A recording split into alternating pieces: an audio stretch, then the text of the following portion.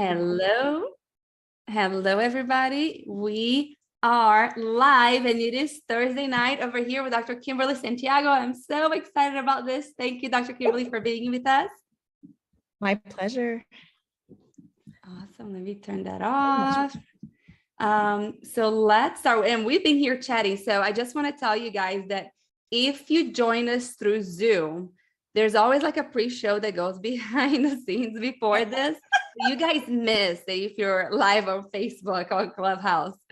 So for the future meetings, if you'd like to join through Zoom, you get to listen to everything, because I know that we already heard from Dr. Kimberly some amazing information that is not live anymore, but here we go. Dr. Kimberly Santiago graduated third in her class from the University of Washington School of Dentistry, class of 2005, with about every honor and award one could earn.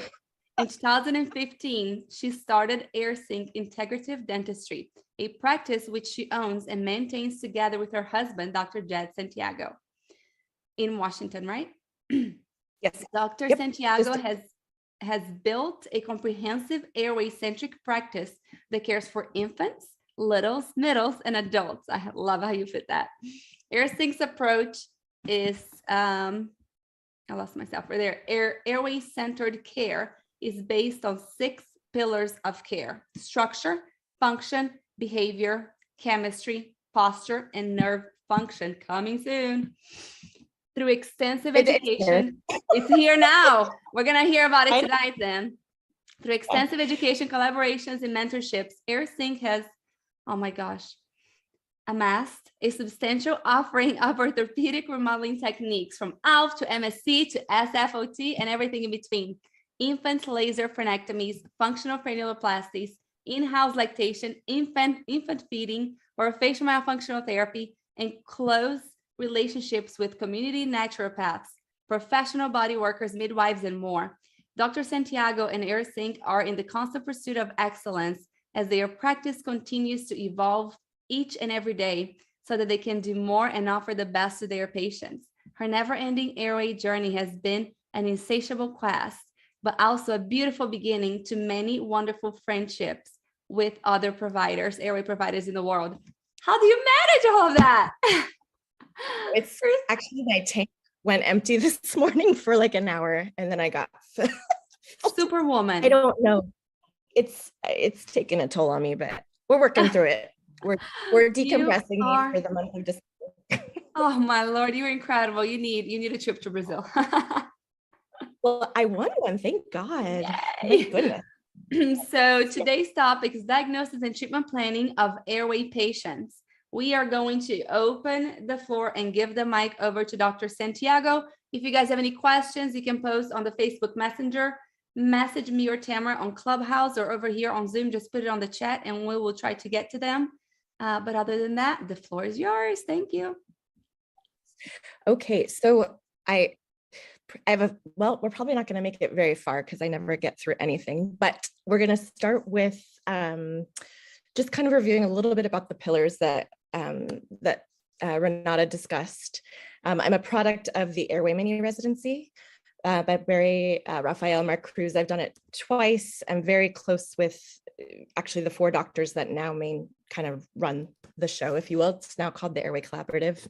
But I've become close with almost every well-known guru. Oh, of all the you are one of them now, so. Oh, yes. I almost cried a little bit when you were reading that whole thing about. Incredible. You're incredible. So honored to have you here. So. Thank you. So the mini residency is, or at least the Airway Collaborative is now what they're called. It's founded on 3 principles: structure, function, behavior. But through my journey with Roger Price, who I know is listening, and through Ted Belfour, a little bit with Lois Laney, but more with Derek Nordstrom and Angie Tenholder this year. I've now added 3 more pillars to my, and Stasha Gomanak, excuse me, I forgot to mention Stasha. I know. And then there's more that just keep showing up in my life. But that's where I now have added posture, chemistry, and as Lois Laney calls it, electricity. But nobody knows what the heck that means. So cranial nerve function, and autonomic regulation, and more. So, so before I'll dive into what an adult evaluation kind of looks like, or at least what my findings look like and how I present that to patients. But I do a very similar exam for adults as well as children. And then infants is a whole nother animal, which I'm not going to open up that can of worms on this platform, because hours to discuss that. But let me see. So my belief, and I talked about this, I think, when we did the clubhouse while I was in the elevator and running around after my children, was every patient that walks through my door or comes to an oral myofunctional therapist or even an ENT, or however they present to a sleep physician, that they get a comprehensive assessment of those 6 pillars. And I know it's my dream one day that that's going to be the standard of care, of course, but so when they come in through my doors, we of course have an extensive interview and discussion about, what brought them to us. Often it's James Nestor's book for many adults that walk in, or they're the parents of the children or babies that I've treated over the last few years. So, but then we do comprehensive data assessment, of course, so craniofacial assessment. I know they all have oral myofunctional disorders on some level, because we know they have craniofacial underdevelopment issues or breathing issues or sleep issues.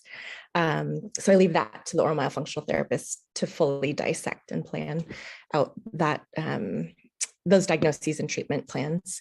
But full tongue range of motion, a sleep assessment, which I think is critical. I don't do sleep studies anymore. Well, that might change actually after a course I was at last weekend in Oregon. I'm just, can't. Yep. And I have class this weekend, one more class, but my husband's going with me. So at least it's a date weekend. I know. How old are your kids? You guys have kids? We do. We have 11, 8, and 6. And they hate me. They just think they love me. My daughter tells me, Mommy, I want life to go back to what it was before. Because after Airway Circle, I don't see you anymore. You had to start this Airway Circle, she says. But look at, I know she'll understand one day, but we do cherish every moment with them, because that's what I tell her. I said, listen, you have to enjoy the time that we do have together. We just have to, use it to the fullest, so we don't feel like we're missing whenever we're not together. But it is difficult. Agreed. And my Lord, with 3 kids, I'm going crazy over here with 2. I can only imagine. Oh, well, now they're a little older, so they can, play with each other or do independent play, but we play every evening. It's their time. So they know how to make martinis. So they make me a martini, not by themselves. I can't wait. I know. Anyway, I'm sorry. We have a ridiculous house. You know what? I was hoping my husband would just think she needs one. I know, but I'm like, I have my water. Just wait. Yes, I know. So sleep, back to seriousness, everybody. So with sleep, the Airway Collaborative Airway Mini Residency truly believes in the HRPO, high resolution pulse oximetry, and it's a great screening tool. I'm a dentist, and I do own a sleep test unit, but we kind of shied away from it because I really want to focus on, this is to see where this is our baseline physiologically. This is our autonomic tone. This is what's happening with your oxygenation. And then the patient and I can help them decide if they want to have a sleep test. I don't want the sleep study to determine what they do with their health. But if they need medical help, that's when we'll talk about that. But let me see where else we have posture. It's a team approach. It's a collaboration. And so I like to think of myself as the quarterback. I've laid out all the parts that I know that need to get addressed. I can only address so much in my office with structure, both the tongue, as far as the restriction, any other ties, the jaw size, the floor of the nose, how wide that is. And then super cool, we got the light walker from Photona to be able to do the baby lays. And holy moly, guys and girls and everybody in between.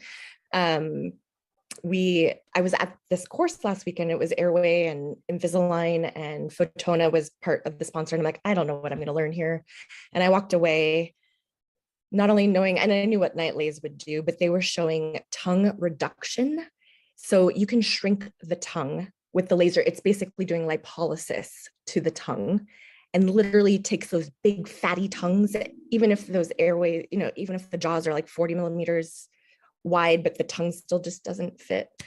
It was insane. And then I know this is getting recorded, but totally off-label use, because we are treating the soft palate with nightlays. If those tonsils just happen to be in the way, they can get shrunk down to nothing. And they're still there and they're still functional. So anyways, why did I even bring that up? Aside from, so I'm the structural woman. I'm sorry, everybody. This is my life. I'm the That's how we woman. talk. We're good. You're in a safe place right here, because I'm the same. Oh, good gosh. So I'm the structural person, if you will, and we have Mayo in the office, and now with baby lays, or for bigger humans, it's called oral myolays, or smile lays is another term. That helps with the neurological, like the cranial nerve balancing and sequencing and reflex integration. And then I work with, and Roger, you'd be proud of me, my best friend has become, my best friend has become Paige Raffo, who I met many moons ago. She's amazing. She's now doing almost all breath work, Roger, just so you know. She went through Rosalba's program. So I have my people, and it's wonderful. So okay, so let's just go into a PowerPoint, and I blacked out everybody's eyes, so it should be, do I have the ability to share my screen? I do. Okay, let me go back. Do we have any questions, I guess, before I go? Anybody? Roger was trying to say hi, I think. Let's see. Let me check Facebook. Hello, Dr. Kimberly. Welcome to Airway Circle. Harini. Oh, Harini Shidar. Oh, here, let me turn your volume up, because you're low. Hold on, Roger. Go ahead. Kimberly. Go ahead. Oh, can you hear me? Yeah, we can hear you. Yeah, but Kimberly, can you hear me, dear? I can. It's good to hear you. Wonderful. How are you? Oh, crazier than ever. But I'm fantastic at the same time. You were beyond crazy before we got together. That is true, but it's been enhanced. Wonderful. It's been a long time. In any case, wonderful to see you and wonderful to hear from you. And I hope to be getting back to the US as this nonsense is lifted. And then we'll kind of make some things happen again. Let me not interrupt you any further.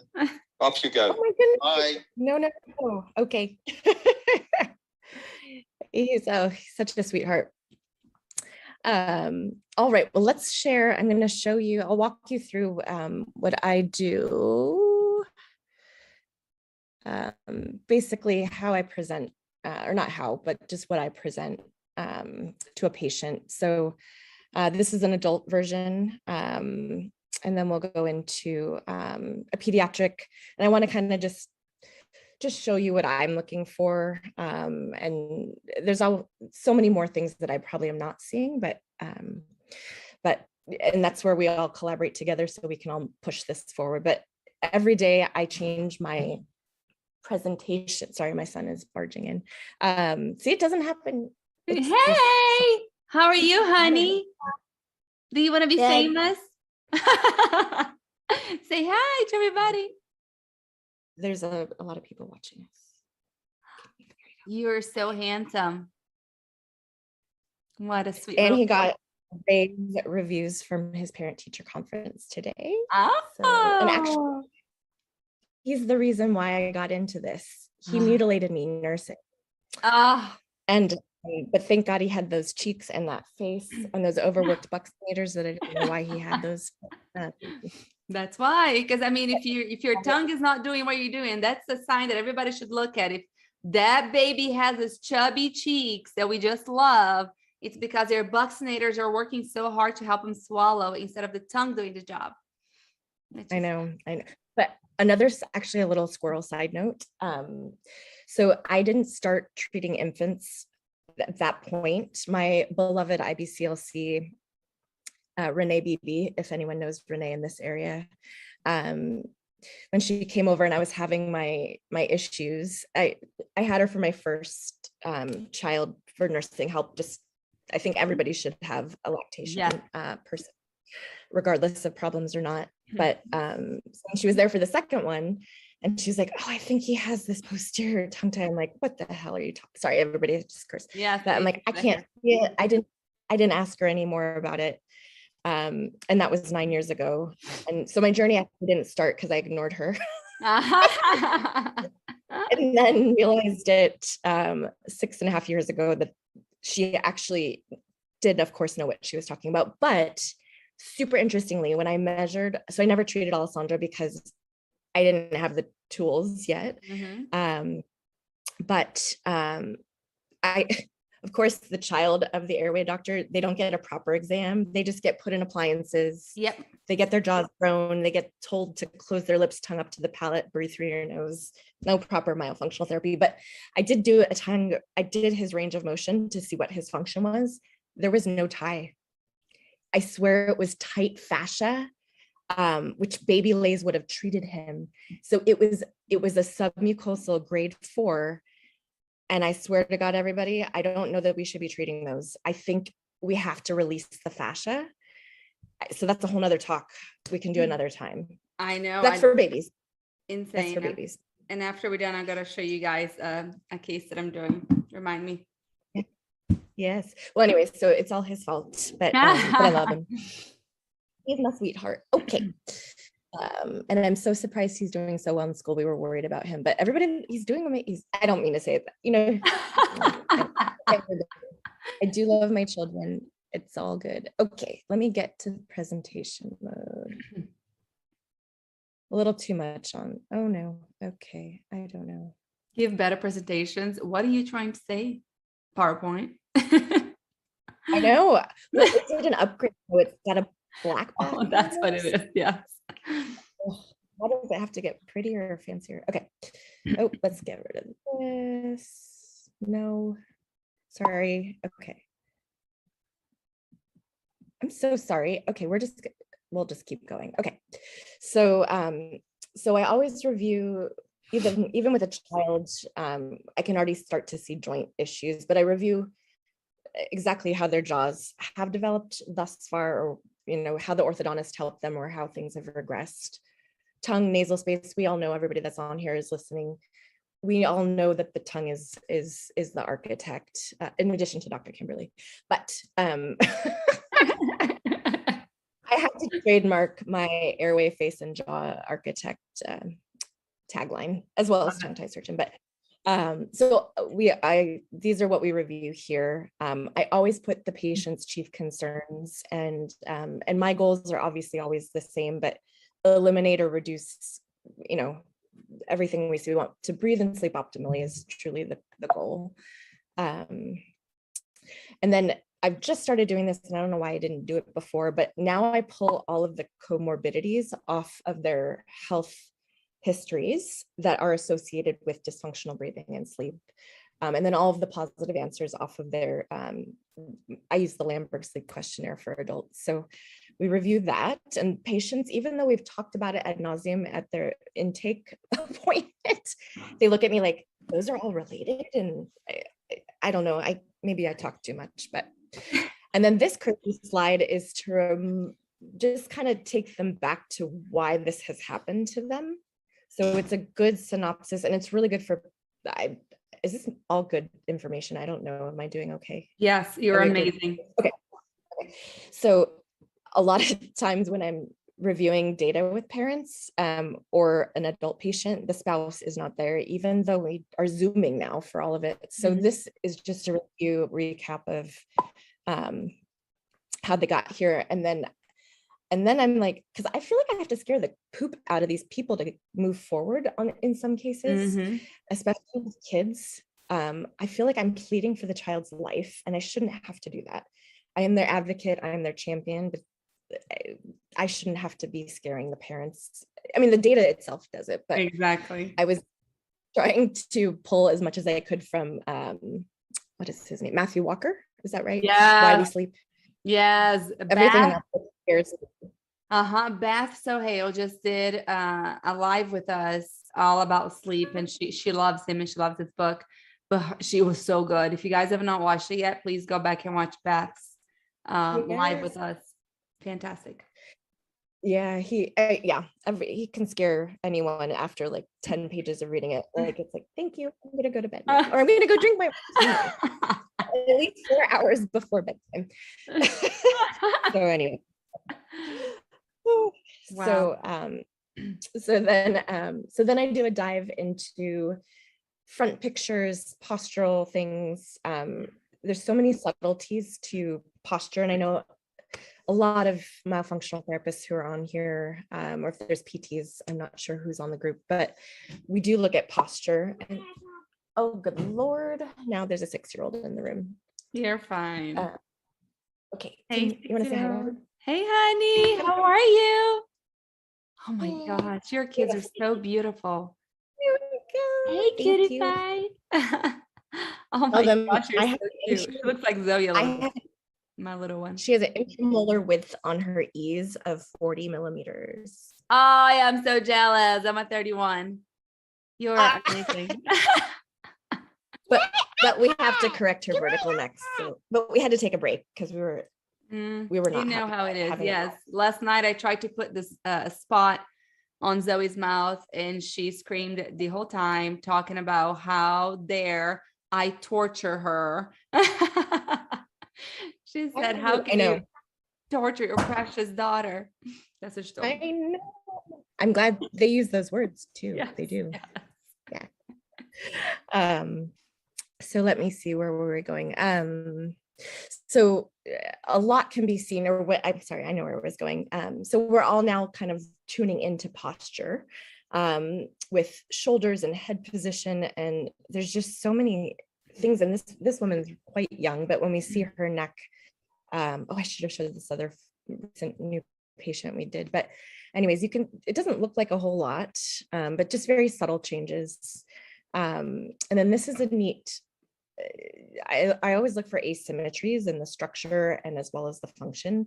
Hers is actually pretty similar, but this is from Ted Belfour. He does these chimeras, and sometimes it's really, I'm just going to move along because if she's ever going to see this, I want her to, I don't know that she'd ever watch this, but just looking at, if you look, she's like, I think she's 30 or 31, but look at that reverse curvature there, and there's just so much. So, but head forward, reverse curvature here. I think she's also got loss of curvature of the upper spine, but looking at the Bolton norm comparison, do that with the jaws as well.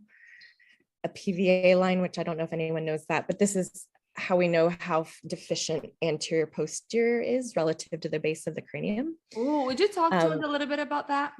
I don't think anybody don't know that. Yeah, so it's an orthodontic, it's a I use the 3D image, but it's a cephalometric measurement. This is Frankfurt horizontal, which runs from the top of basically the external auditory meatus to the orbitale. So that's the green line. And then we make a perpendicular line and then drag the line to a point. And then that line needs to be parallel. So this little point tells us relative to the base of the cranium, how well did that patient's maxilla grow forward? And so where the number 97 comes from is a study, and I think it only really applies to Caucasians, which is, it's very irritating. There's many different backgrounds that walk into our lives, and but the study was looking at all sorts of different risk factors for sleep apnea, but one of the things that came out of it was the patients that were less likely to develop sleep apnea had a PVA of 97 or more. Wow. But if you look at Asians, they have short cranial bases, so in the high 80s they may be just fine. So even the Bolton norms are a little poopy because they're based off of Caucasians that were living in Cleveland back in the day. So, Okay. but that's a PVA line. So it does give us a goal also. So if we do have a Caucasian patient and let's say they're 89 millimeters and we want to try to get to 97, that tells us we need 8 millimeters of growth. And these numbers aren't absolute numbers, because if we can get an airway and a nose, if we have a nose that works with good airflow, passive airflow, and an airway that doesn't collapse, then the number is irrelevant. But it helps tell. Go ahead. I'm sorry. Sorry, Anne is asking if there are PVA norms for children as well, and this can be done. I'm sorry. Oh, Yes. It's an adult measurement. Okay. I know children. So when they're like 10-ish, because the maxilla, as we know, is like 90+% grown by then. I do it to show parent. It's not like an official age appropriate to show a parent, but it does give you an idea if it's way less or close to. Yeah. So little humans, they don't do that, but bigger middles, older middles. I love that. Yes. So let's see. So then we go through the Ceph where we can see so much. So she did lose curvature of her spine right here. So you could see how, and you can't really see that from the outside necessarily, but I do think that's where that lower cervical hump comes from, is where the upper cervical comes forward.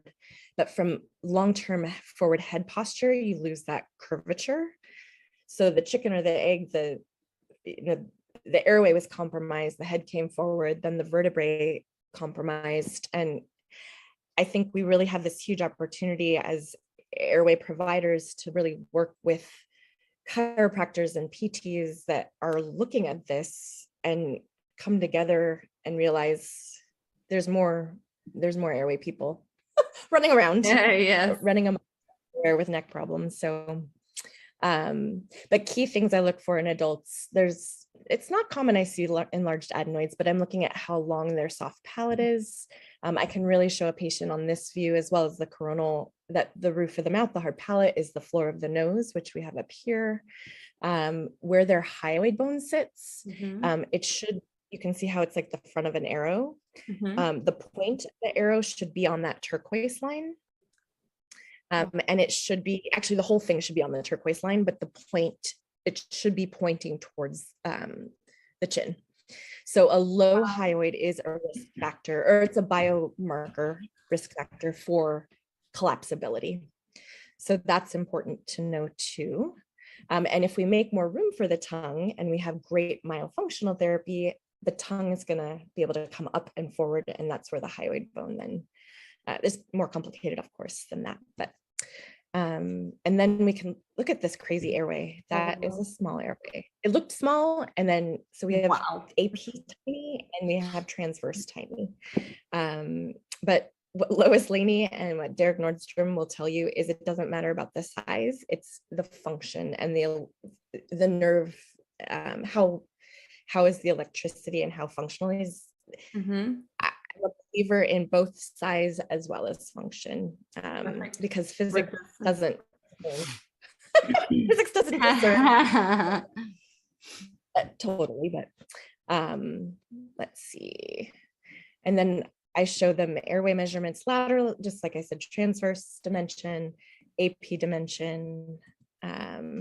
This is one of my favorites, is looking at the nose with the patient and the size of, I can't even see because I have our pictures in the middle, but this person's not, for today's standards, that's not too bad. Although I know we don't want that small, but that's still bigger than I see on a lot of patients. So, but this is also an opportunity, and if I'm boring, I'm so sorry, but this is an opportunity to see at the lower first molar, how vertical are the molars? Because it tells me, do I have room to upright them, or do we have to do SFOT? And there is a procedure where you can actually cut the internal surface of the chin and like widen the mandible that way, but it seems like a crazy procedure to me. So SFOT is a great way to make up for that the ability, well, it gives us the ability to widen the lower. So you can see here, she has a vertical tooth, that lower left first molar, and this one is tilting in, but it determines how much room we have to work with the upper, because we can only take the upper out so much. So this lets us look at septum. I can show patients why they can't breathe through their nose when they don't have a lot of space for air to flow. The neck, look at that crazy neck. Wow. So she has a side bend. And her atlas is perfect, right? It's horizontal, but and we have them stand in natural posture. We just have them shake it out and then walk into the machine and say if the posture follows. So she's got not a lot of good stuff happening with her neck. And then I look at it from the top down, and you can see, I mean, the airway is really, of course, it's constricted and narrow right where the vertebrae are off there. And here we go. And then look at the tongue. It's crazy. That's a perfect tongue for tongue sculpt. This is a tongue sculpting tongue. And yeah, I'm excited when we get to do that for her. Okay. She's tied. I think actually she came to us because we treated her 12-month-old, and then it's usually interesting when the parents had no idea they were tied, or there was restriction and they couldn't elevate the middle and posterior thirds, and then they're like, oh. So anyways, let's see.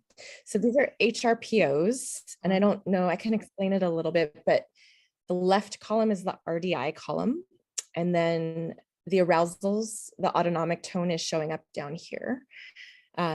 So this, interestingly, she doesn't have this clinically, if we did a sleep study, she probably would be in the mild sleep apnea range. And from what I see across patients, this number strangely looks low for autonomic arousals. And an autonomic arousal, everybody, I'm not going to give a whole huge talk on what we look for in sleep, but you have apneas, hypopneas, reras, and then autonomic arousals. And autonomic arousals are what push people towards upper airway resist. That's one of the defining factors for upper airway, or hallmarks. It's not a defining factor, a hallmark. So based off of this woman's fatigue, I didn't know what I would see in the RDI, but I thought I'd see a huge number of autonomic arousals based on she described how she feels and her severity. So, but it's not just the numbers, it's how does the patient feel? And, we have our numbers, but we got to have that patient feeling amazing. So then I explain everything because again, the spouse is not watching with mom. So, and I've now, the class I was at, because actually I presented this a couple of weeks ago, the class I was at last weekend, they use the word sleep suffocation. So how many times do you suffocate in your sleep per hour? So now I put that on but it's true. It's sadly true. So yep. I explain what upper air resistance is. We do a summary of all the findings, go back into I don't call them the pillars, but for the components, I cannot move this. Hold on a sec. There we go. So structure, function, behavior, posture, chemistry, and nerves. And then we go into what options I have for the patient. So I guess this is a good time to talk a little bit about appliances, but I used to think I'm only going to do gentle things. I started off with Vivos, with DNA appliances, and I'm not going to get started on that. And I know Roger has his opinions also, so we're not going to talk about that. And I'm sorry if I'm offending anybody we'll just put that away. So I'm like gentle, gentle, gentle. And Barry Raphael is whisper to the bone. So I'm always like, I'm going to whisper to the bone, but the whispering, I don't whisper well. So or the patient doesn't hear the whispers. I don't know. The bone's not listening. So, but I do like the homeo block. I do like the homeo block. It's a bit different. So, so my evolution with appliance therapy started with DNAs. It then moved into AGAs. So not the Breathe Institute, the Facial Beauty Institute, Dr. Galella. Yes. he actually does not call it the AGA. It's an osteorestorative device. And Oh, AGA was what LVI termed it. So he's very particular about, but it's a great term, AGA, because that explains it well to the patient. So, yes. so we evolved into AGAs, but AGAs are forward growth, Mhm, and you get little transfers. So I use it in certain instances with mhm. patients, but I was clearly realizing not one tool fits every patient, and you can't have one thing in your toolbox, Yeah. which is what I thought I had. And then I was like, nope, you can't. And not everybody wants to do fixed or surgical. So you have to be able to fit that patient and vice versa into the right therapy. So so my evolution then went into ALF, and I don't do a whole lot of ALF with adults. I don't, well, I feel like it has limitations for growth. Mhm. It does many other wonderful things for patients, but I think it's a little limited for me at least.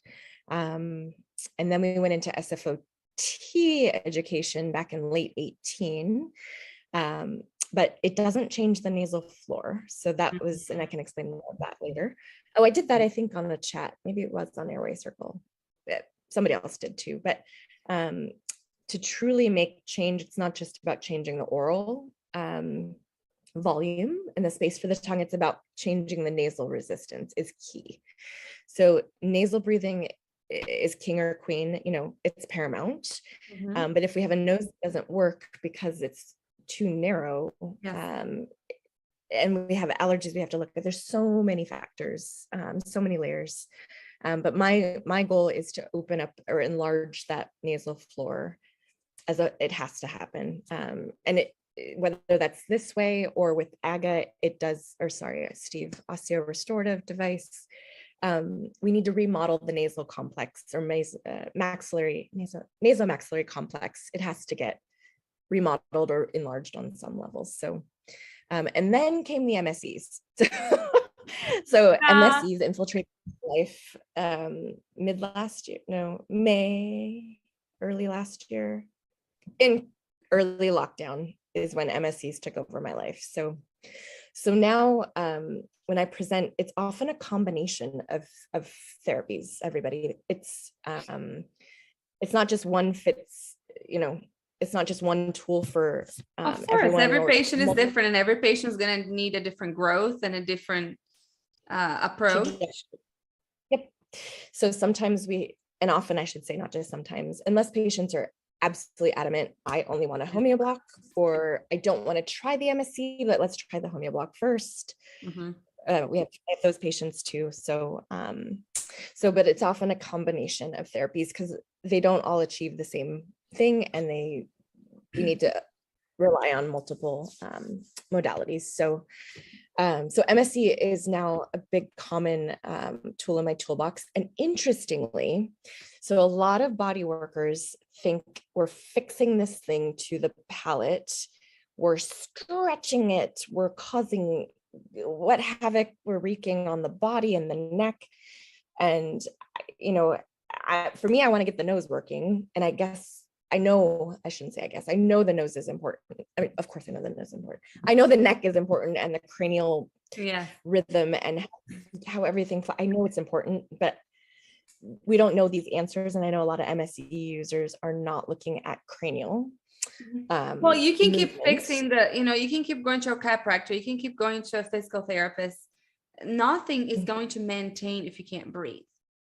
You have to be able to get your breathing good, correctly, how you're supposed to be done.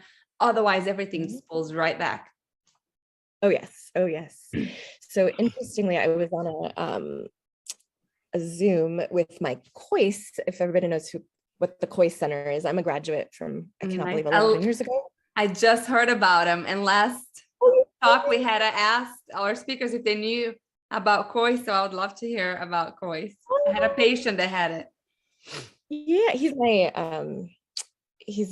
I don't do regular dentistry anymore, but he was instrumental in my early education as a young dentist. So, but where was I going? Oh, I was on I can't remember. So we have a little airway, a little COIS airway group with some really amazing providers. And one of them is a big ALF provider, and she also does craniosacral. So she has this amazing, keen sense of just looking at a face and seeing what's rotated out of alignment. And I can't see it very well. I don't have those eyes. I don't have those hands. But we were looking at some MSE cases, and we actually saw that the sphenoid rotated into position with the MSE. How crazy is that? Wow. No. So we only had time to go through 2 patients, and it rotated into position, or at least from both the coronal view and from the coronal and the axial view, it rotated into a better position without body work. So I have no time to go back through my data, but I will totally love to have somebody do that for me. But I think that's so cool. It's pretty darn neat. So how old was the patient, Beth is asking? Oh, good Lord. The 40s. Wow. I think they were adults. They were adults, and I think they were having myo. They were having other techniques, but no hands-on, no body work. So amazing, phenomenal. I just think there's so much sitting in my patient database. I'm like, I welcome Sarush to come and send one of his minions to go through all my data. You wouldn't have time to take care of your patients if you were doing research. Yeah. I know, but my data is open for anyone who wants it. I'm happy to share. So I always show patients. So sometimes patients, for sure, I think will need SFOT because of that lower arch, or if they have really thin bone, that's a something. Or they need cortical. Everything is tailored to the age, the sex of the patient. Do we need to go forward? We can actually hook up a reverse pull face mask to an MSE. And in adults, if they will wear it, 14 hours, I don't have that time in my life, but if they'll wear a reverse pull for 14 hours, we may be able to slide the maxilla forward 2 millimeters, maybe 3. Wow. And in kids, I have the youngest person we have in an MSE is 7 years of age. Wow. You can correct the class 3. You can move the maxilla forward a centimeter with I don't know how old, maybe 18, but it's crazy. It just translates. It doesn't go vertical because you've opened up all the sutures around the maxilla. It literally slides forward. It doesn't increase vertical. So it's pretty cool. Wow. So, but SFOT, it does, you can go anterior. So you can get some AP improvement so that the mandible can come forward. So it's just, again, tweaking and seeing what the patient is up for here. And then sometimes actually we go in the reverse. Sometimes I can't fit an MSC in, so we have to do a little bit of SFOT. It's all just a la carte. I mean, not a la carte. It's all not a la carte. It's just different for every patient. Yeah, I understand. I think I'm hungry. So anyways, pictures. And then interestingly treatment plan homeoblocks as a possible step 3. I don't know what it says, step 2 or 3. But if we still have cranial asymmetries or some occipital atlantal issues or whatnot, we can then put the patient in a homeoblock after we're done with everything to make some minor changes and even upright or change some of the TMJ dysfunction as well. So it's pretty cool. I was going to ask you a picture of the homeoblock. Oh yeah, it's not the best picture. I stole it from Ted's website, I think, but that's a homeoblock. It's one side. There's a unilateral bite block. That's what is the defining feature, and the same on the pod. And the pod is really cool. It was designed for daytime wear.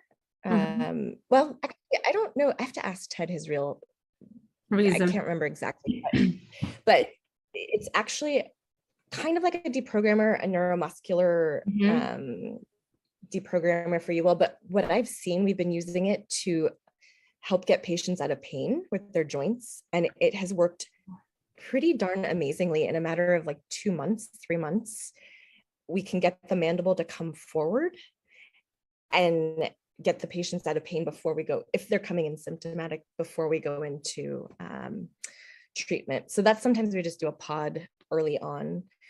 But if you wear it, if you do a homeo block, you do the homeo block at night or for 10 hours. And then you wear your pod for an hour to 2 during the day. And what it does is not head's purpose with behind it, but it acts like a myofunctional trainer. So this is something myofunctional therapists might be interested in finding a dentist that can take these for them. But I don't know if you know that, but I did not.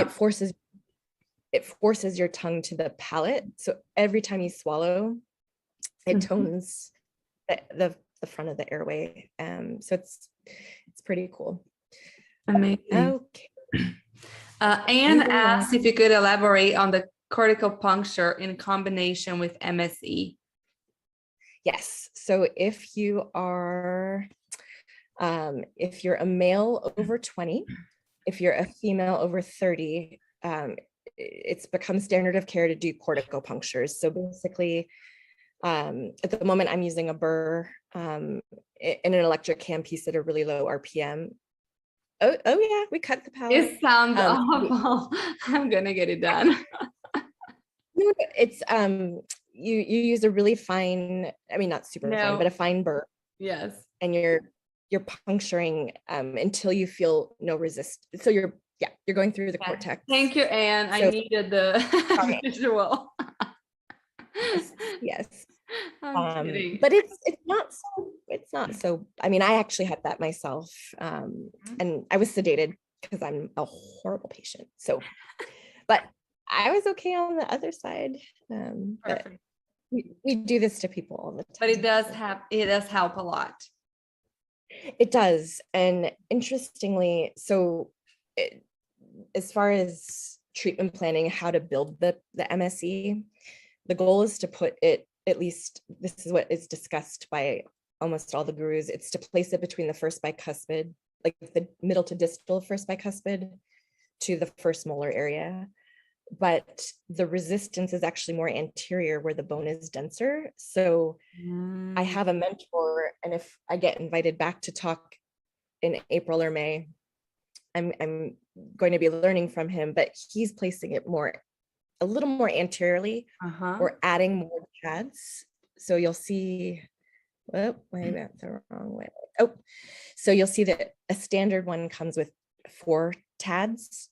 So he adds 2 more little, he solders or welds 2 more little sleeves to the back and the front. And that he's had success in opening males up to 60. Wow. With that and corticopunctures, as opposed to having to do something like dome or big cuts to the maxilla.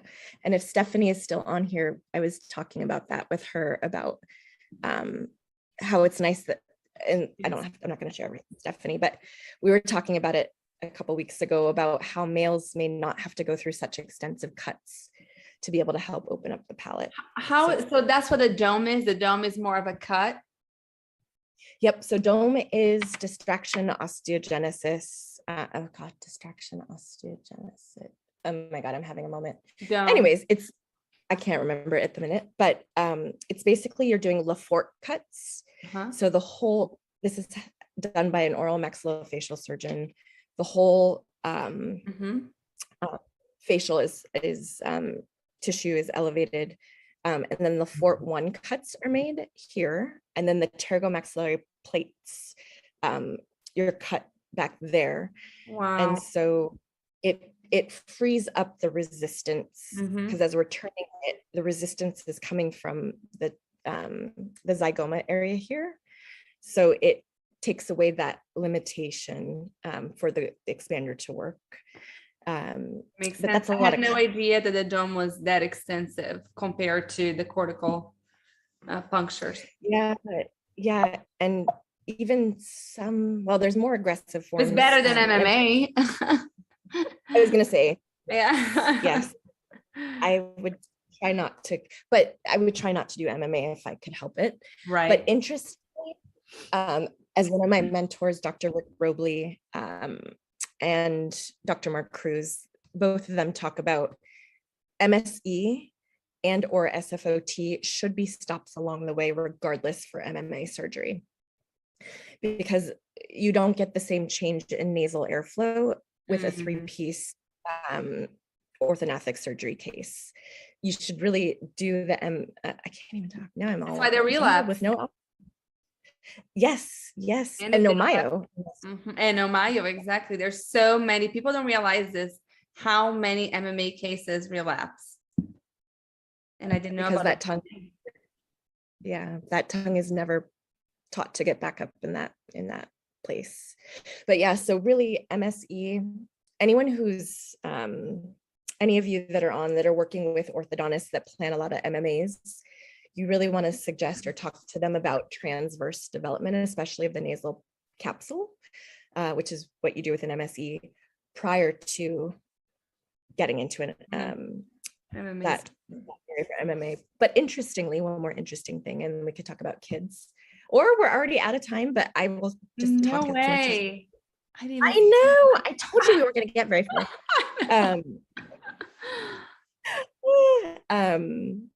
Oh goodness. So I was at the great Richard Ting's office a couple weeks ago, and he is an orthodontist in Orange County. He's placed the most MSEs in this country. And he was saying that most of his patients that were slated for or planning to do orthognathic, they were in MSEs, of course, and they abandoned the MMA because the breathing changed that much with the MSE. Wow. So that's an exciting find. Fantastic. I got a question from Chris. What are your thoughts with anyone with osteoporosis, now osteopenia, a year and a half off Prolia? Oh, and what we can do, like surgical, like MSE or SFOT post, what like reclassed or post bisphosphonates. Is that the question? I think so. Chris, if you'd like to elaborate, we will listen. And then Anne had also asked, about your norms. What norms do you reference for intermolar width? What are your numbers? So adults, so depending on the shape of the and the width of the incisors, so for females, I'm going for I'd like to get to 40. Males 40 to 42, but if they're Asian, and Asians have very large teeth, typically very wide, beautiful big teeth, we're probably going to go definitely 42. And the one thing that a lot of people don't realize, and I've only really, unfortunately, it's been a byproduct of doing SFOT or MSE SFOT, is that when you go that big, then you're getting to the sizes of jaws where there is space that's going to remain between teeth because you're so big, and you can mesialize teeth. It just takes a long time. But when you're getting to those jaws that we've seen, those historic jaws where there's so much room for 32 teeth and excess space, there's space because that's so bigger we go, there is going to be excess spaces. What do you do then? So you can do, so I have colleagues, and I don't restore, so I thank goodness don't have to deal. I'm just kidding. We plan. You sent your best friends to restore those seats, so fill up those spaces. Well, it's better to plan it at the beginning and tell the patient, yes, we may have some excess spaces. We can close them. It's going to take this much longer, or you can basically do no prep veneers on bicup. And you can do them with, so yeah, so that's kind of what we have to do. So we have to balance out, is a little space okay? Is breathing more important? Is that what do we want to do? So I know I'm on a tangent as usual, but so I'd like to get, 38 is the low end of Perfect. optimal, but 38 is better than 30 or 31. Perfect. And Chris answered us. She said, yes, best choice. How do you speak? I'm in my car, LOL. She said, basically, would any of these modalities be safe for somebody? So it depends on who you're working with or talking with. So Rick Robley, again, one of my mentors, he and his surgeon would not, they kind of stay away from patients that were on bisphosphonates. And I don't know that there's a test that we can do to see if it's safe or not. But my periodontist who does my SFOT, we had a patient actually that we just did this with. She was on reclassed, I feel like, and she'd been off of it for a year. And then he did a few different tests where he did like a little bit of a bone removal, let it heal and watched it fill in. And so he actually did full mouth SFOT on her, and she's okay. She's fine. Wow. We're still in process. So that I think what we've learned is it's much harder to move the teeth in the bone. So it's a case by case basis. How long have they been on it? What have they been on? And I don't know that there's a lot of research, but maybe upping their vitamin D and their magnesium, Yes, maybe we that's can my thought. alter their bone quality. But Very nice. there was somebody else that asked me about that, and maybe it's Anne that's on here. Yes, she has amazing questions.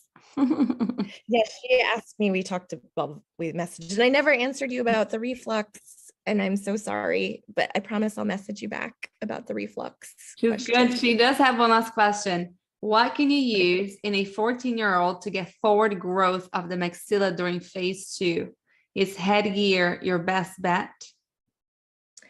So you can do an AGA. Mm-hmm. You can do that or osteorestorative device. Okay. So you can use an AGA, or I think an MSE with a reverse pull. Those are our two options. So you always have to think if they're AP deficient. Well, I guess not everybody, but if they're AP deficient, they very well may be transverse deficient. So if you're going to go MSE anyways, I would pull them forward at 14. You should certainly be able to pull it forward with a reverse pull. Wow. So but I always like to do transverse first, is my transverse first, then AP. Very so, good. I have one more. Can I go one more question? Of course. Quickly, Nobody's Dana. come from Dana Moon, can you explain SARP? Is it SARPy? I have an orthodontist wanting to do MSE, but he can't find a surgeon to help. He said they all want to do SARP. Is that SARPy? Is that how you say that? Surgically assisted or rapid palatal expansion. So where are you located, or where is that orthodontist? Dana, where are you? I can't remember where Dana is. But what is the difference of that and MSE? So MSE is the appliance. Mm-hmm. So it's a MARPI. All these words, MARPI. I know. So MSE is actually the brand name. It's like the Kleenex of the tissues. Okay. MSE is literally the brand name. So the picture I showed was an MSE. Right here. This is a brand name. So these are take it off the shelf basically, and you solder it to bands. So MARPI is the family of appliances. It's the maxillary assisted rapid palatal expander. Surgical. Okay. SARPI is one of the techniques like DOME. And I'm pretty sure DOME would be considered a form of SARPI, which is where you're making big cuts that are surgical. Big surgical cuts. So it's a surgical assist. And that was really, not developed for, but it's because of the older men. Sorry, men. She's in Rochester, New York. Oh, Rochester. I don't know, but I'm trying to get, so Well, Okay, Mariana so Evans is in Philadelphia. That's not that far. And Ilya, so the orthodontist that I was talking about that I'm learning from in March, he's been guiding me. He's amazing. His name is Ilya Lipkin. He's in Jersey, and I don't know where in New Jersey, so that's not too far from Rochester. But he's the one who's had success. I don't think he's ever done surgical, like had to have a surgeon do surgical cuts because of how he's learned to position it. So that might be something, Dana, You know what? your orthodontist to reach out. I actually think that a patient of mine is seeing him. He looked all over actually, he almost went to Europe, but he looked everywhere for somebody to do. Well, he needs MMA. He's doing the MSc now, but I think that's who he chose to work with. And is saying, so SARP is more invasive than the SFOT? Two different animals. Yeah. You have to do the SARP. Yes, but it is more invasive. Okay. It is, but two different things. Okay. Oh my goodness. We can just sit here all day. Let's just bring our kids and because they're always with us anyways. This is it'll be fun. Dr. Kimberly Santiago. You're fantastic. I don't know. I don't even know what to say. You're so knowledgeable. Oh, I love it. You. Love everything you share with us tonight.